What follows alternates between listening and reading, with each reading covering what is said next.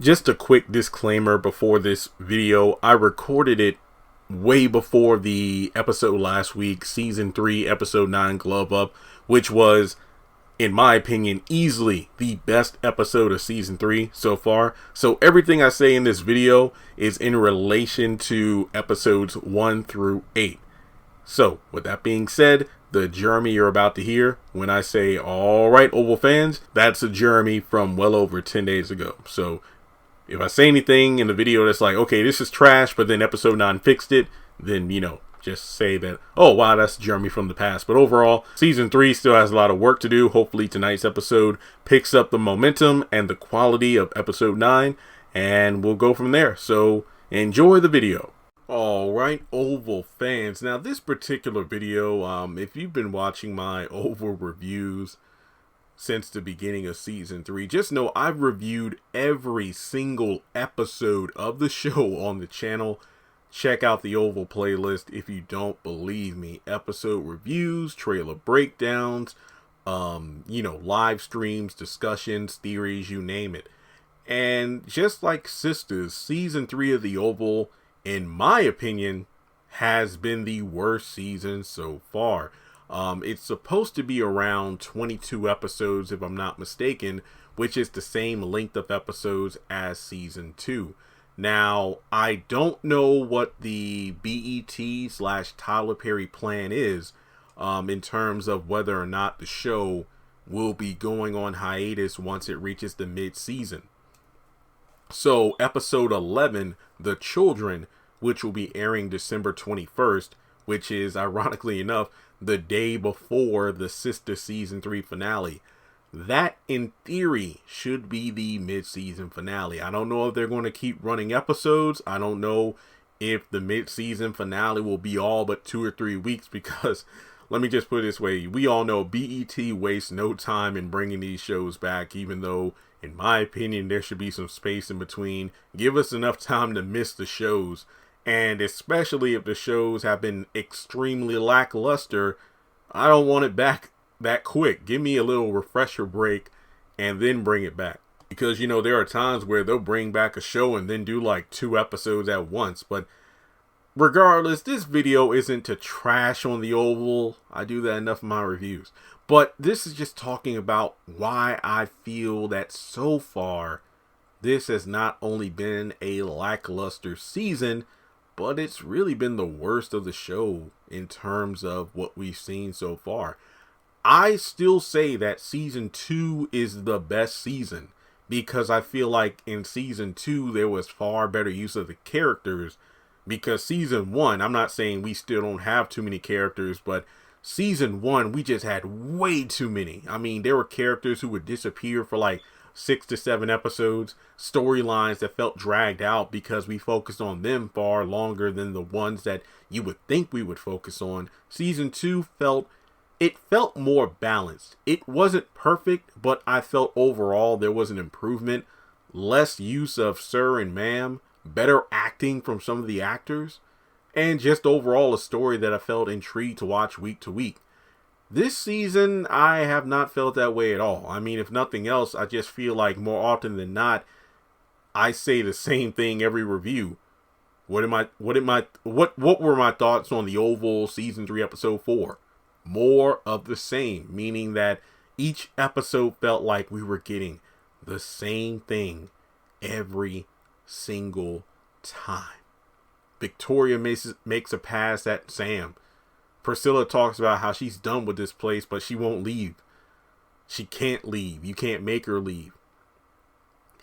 At least Nancy and Richard have somewhat reconciled. That was at least something good. Barry has been slightly reduced in the season, but I'm not mad about that. Still no mention of Gail. Well, we hear mention of Gail, but we have no follow-up with that.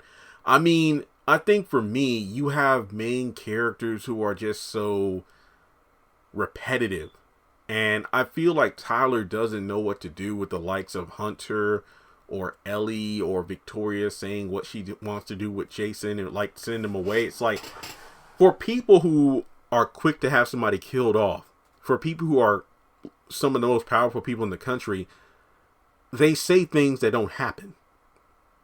It's like you would think if they say Jason's being sent to where his sister is, and this is something that, his grandfather / Victoria's dad have control of, you would think they can have him scooped up and taken out in the same night. Hell, wouldn't it have been something if Jason was taken to where Gale was after Alan knocked him out with the guitar? He was knocked out cold, and then he woke up and he's where Gale is.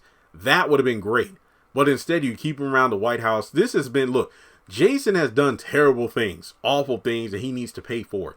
But at least in season 2, it's like, oh shit, let's see where it's going to go. Season 3, I feel like Tyler just has him there to have him there. From trying to jerk off on a freaking table, pissing and stuff on everybody. It's just ridiculous at this point. Hunter, I've said this countless times. I loved it when it felt like Hunter finally realizes and understands the weight of his father-in-law, how powerful he is, how much protection he offers. So once he croaks, they're really on their own. And I thought it would have been an awesome kind of thing where it would be literally the two people who hate each other more than anything else, Hunter and Victoria, they would have to stand together because it would literally be them against the world. People trying to take them out, assassination, impeachment, arrested, whatever, in order to take the throne, aka the White House. However, we've just been seeing Victoria focus more on killing that whore, Press Secretary Ellie, flirting with Sam, and trying to rub her position in Priscilla's face, which apparently is meaningless because of the fact that A, her father put Hunter and Victoria in their positions to begin with, and B, her father forbids her from doing anything to Priscilla, meaning that could be argued that Priscilla has more power than Victoria. So I'm pretty, that's what the problem of the show is. People don't have their priorities straight. From Priscilla, not thinking. Look, I love Taja. She's beautiful. She's amazing. She's a hell of an actress. But I just don't like what they're doing with her character.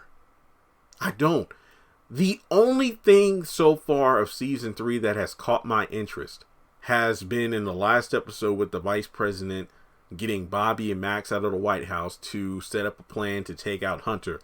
Now, part of me feels a bit bored because I'm like, we've already done this with Martin, and apparently him and Blakely have both been written off screen.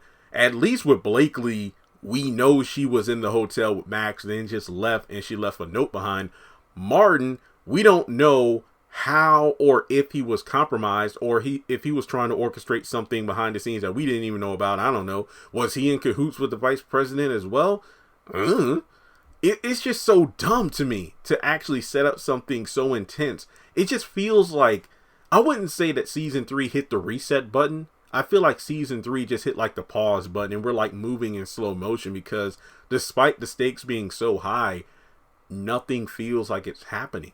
I mean, when I look at the ratings for season 3 compared to season 2, sure, the ratings seem to be overall better than season 2, but I don't understand why, because each episode just feels like it's dragging on more and more. The past 3 episodes alone have gotten stronger ratings than the majority of season 3 so far. Episode 3, The Mole, has gotten over 1 million. It's been the only episode with 1 million plus views during its run. Well, last week's episode was very close with a 0.99. But I just think that the Oval is, well, pretty dry right now. Hopefully things pick up steam, but just like Sisters, prior to season 3 airing part 2, I said the first half has just been absolutely awful.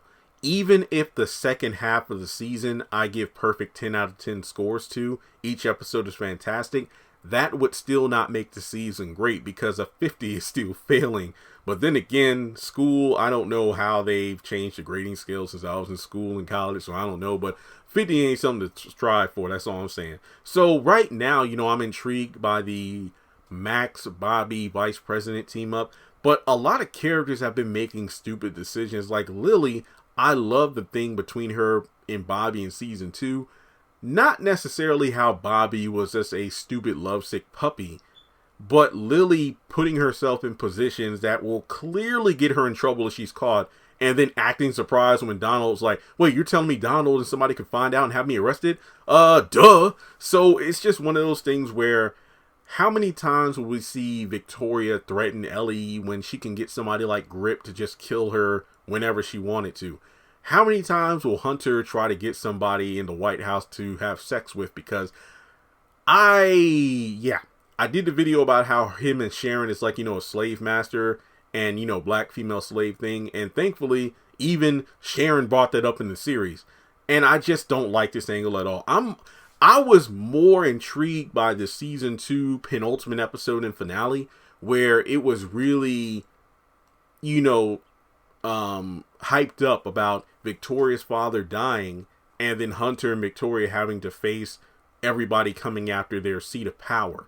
However, it seems like the show has regressed so much that it's just so, you could miss 3 episodes. This is like the haves and the have-nots got during the later seasons, where you could miss 3 to 7 episodes. Somebody could summarize it for you in less than 3 minutes, and you wouldn't even miss anything. You'd be like, oh, okay, that you're telling me over the course of 2 months of episodes, only A, B, and C happen. Okay, great. There's so many murders that and cover-ups you think that would have been solved by now, but then it's like, well, everybody in place, like Diane or Priscilla or this person, that person, or Miss Laura, the housekeeper, everybody who knew certain pieces of the puzzle to put the family away, the administration have been killed off or have gone into hiding. So now you're bringing in even more players, like the vice president who says Max is the golden boy. He's the key to filling in the blanks of the Yuma story, the Denise murder, and this and that. How do we know something's not going to happen to him and the second lady, and then somebody else will take the place? I don't know, but just let me know what you think. Have you been enjoying The Oval so far? It's had its moments, but not enough to make me say this is better than season 2.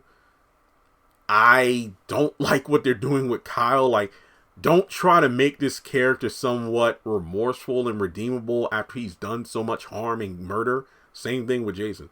And Donald, I liked his snarkiness in season 2, but to make him just a complete asshole in season 3, I'm not behind.